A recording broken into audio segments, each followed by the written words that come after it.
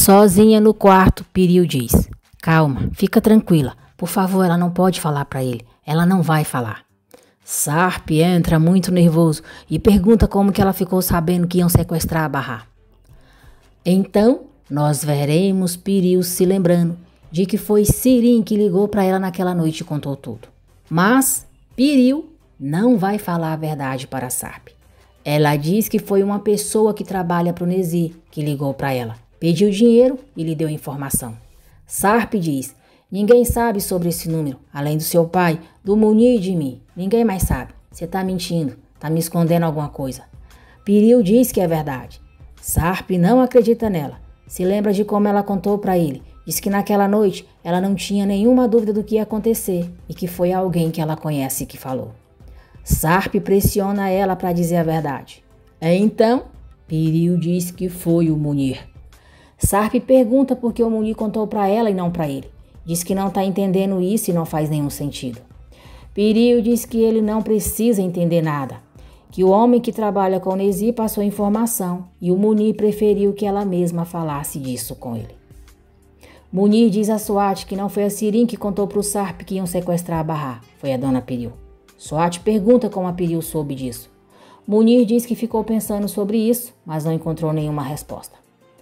Nezir diz que Razin o decepcionou muito com o que fez. Aquele era o momento da sua vingança e ele estragou uma tarefa que era muito simples. Deixou a Bahá fugir. Uma mulher morreu por causa dele e ele sabe como isso o incomoda. Razin diz que Nezir tem toda a razão. Nezir diz: você sabe o que é pior de tudo? Ser vencido pelo assassino do meu filho. Ele riu de mim e não sei quantas vezes ele fez isso. E apesar de tudo que aconteceu, eu te deixei vivo.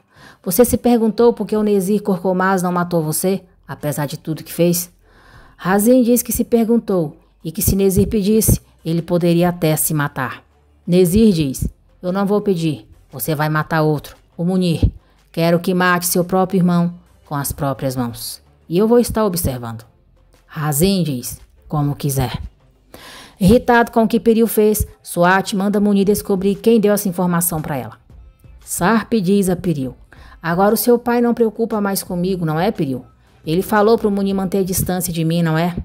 Piril diz que sim, só que o Munir não conseguiu. O coração dele não permitiu, porque sabe que se acontecer alguma coisa com ele, ela não vai mais conseguir viver.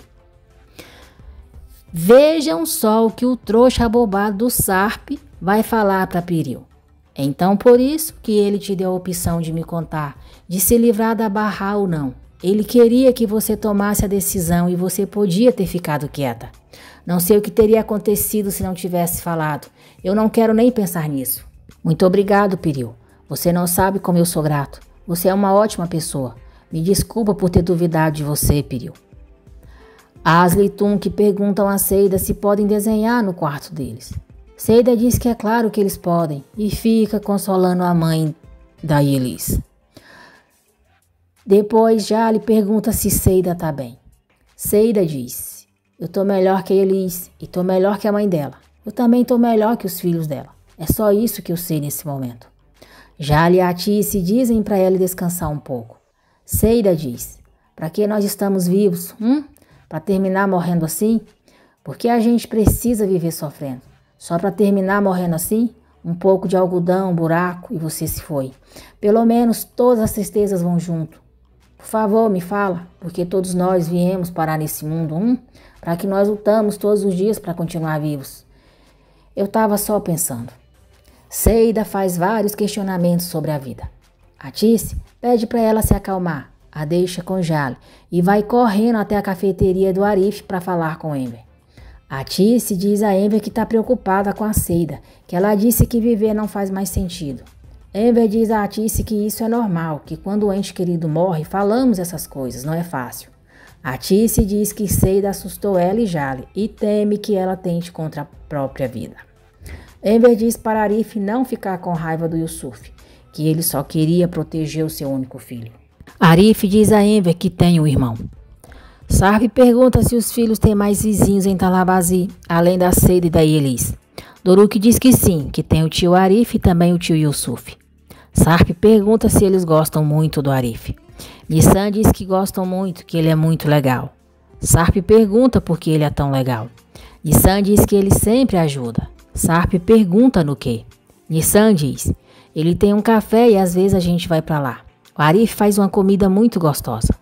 Nissan conta sobre o evento que teve na escola de pais e filhos. Diz que a mãe não pôde ir e o Arif foi com eles. Doruk diz que nesse dia a Nissan saiu falando para os amigos que o Arif era pai deles. Nissan diz que não é verdade e Doruk diz que é assim.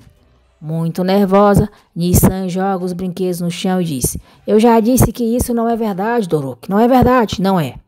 Sarp pede para ela ficar calma. Doruk diz que é sim e que ficou bravo com ela. Nissan diz que Doruk não precisava contar. Sarp pede para ela ficar calma. Diz que tá tudo bem, não tem problema. Doruk diz que falou que tinha um pai e a Nissan perguntou onde o pai dele estava. Nissan diz que odeia ele, eles não são mais irmãos, ela não o ama. Doruk diz: mas você disse, e sai correndo.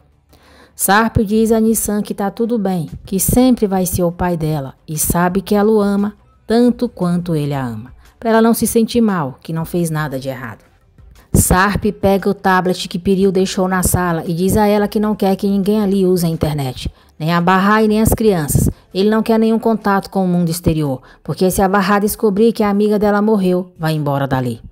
Sarp diz que podia jurar que ela deixou o tablet lá de propósito. Piril diz: é mesmo? Então pode ver se ele está com chip dentro. Sarp olha e Piril diz: eu mesma já tirei, não se preocupa. Ninguém pode entrar na internet nessa casa. Eu fui precavida com isso, como você, Sarp.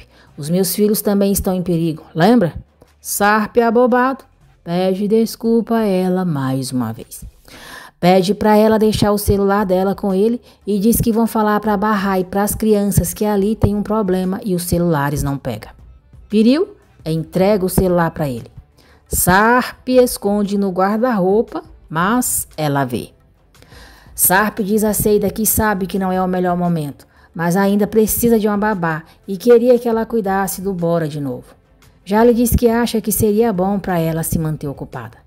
Seida diz que não pode, que agora não está se sentindo bem para cuidar de criança. Preocupados com Seida, Enver diz que acha que ela deveria ficar na casa deles por uns dias ou eles ficam ali se ela precisar. Seida sorri e diz: bom, eu tenho certeza que assustei vocês porque estava falando com uma louca. Fiquem tranquilos, eu só falei bobagem, mas eu não estou pensando em me machucar. Não é porque eu goste desse mundo ou porque alguém me ame, nada disso. É pelo Arda, eu preciso mandar dinheiro para ele. E porque eu tenho vocês. Eu não quero ver vocês tristes. Eu sei que vocês não aguentariam se eu morresse. Olha, é sério, não é fácil ter pessoas que me amem, muito menos como vocês. Não parem de se preocupar assim comigo, vai? Jale diz que se Seida quiser, pode ficar ali com ela. Seida diz que ela não pode dormir ali com uma casa tão linda como a dela e a agradece muito pelo que fez.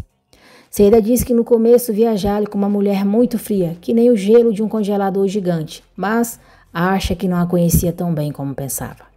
A Tice diz que Jale é muito boa, além de ser honesta. Seida diz que é sério, tá bem. Eles podem ligar para ela quando quiserem. O Arif vai estar ali e vai ficar de olho o tempo todo. Jale diz que se ela precisar de alguma coisa, é só ligar. Eles vão embora. E ao ficar sozinha, Seida chora e diz: ela não tá mais aqui. Bahá deixa Nissan e Doruk no quarto e diz que vai fazer algumas coisas na cozinha. Doruk se levanta e diz que vai dormir com o papai. Nissan diz que ele não pode ir, senão a mamãe vai brigar. Doruk diz: eu não ligo, Nissan, e sai do quarto.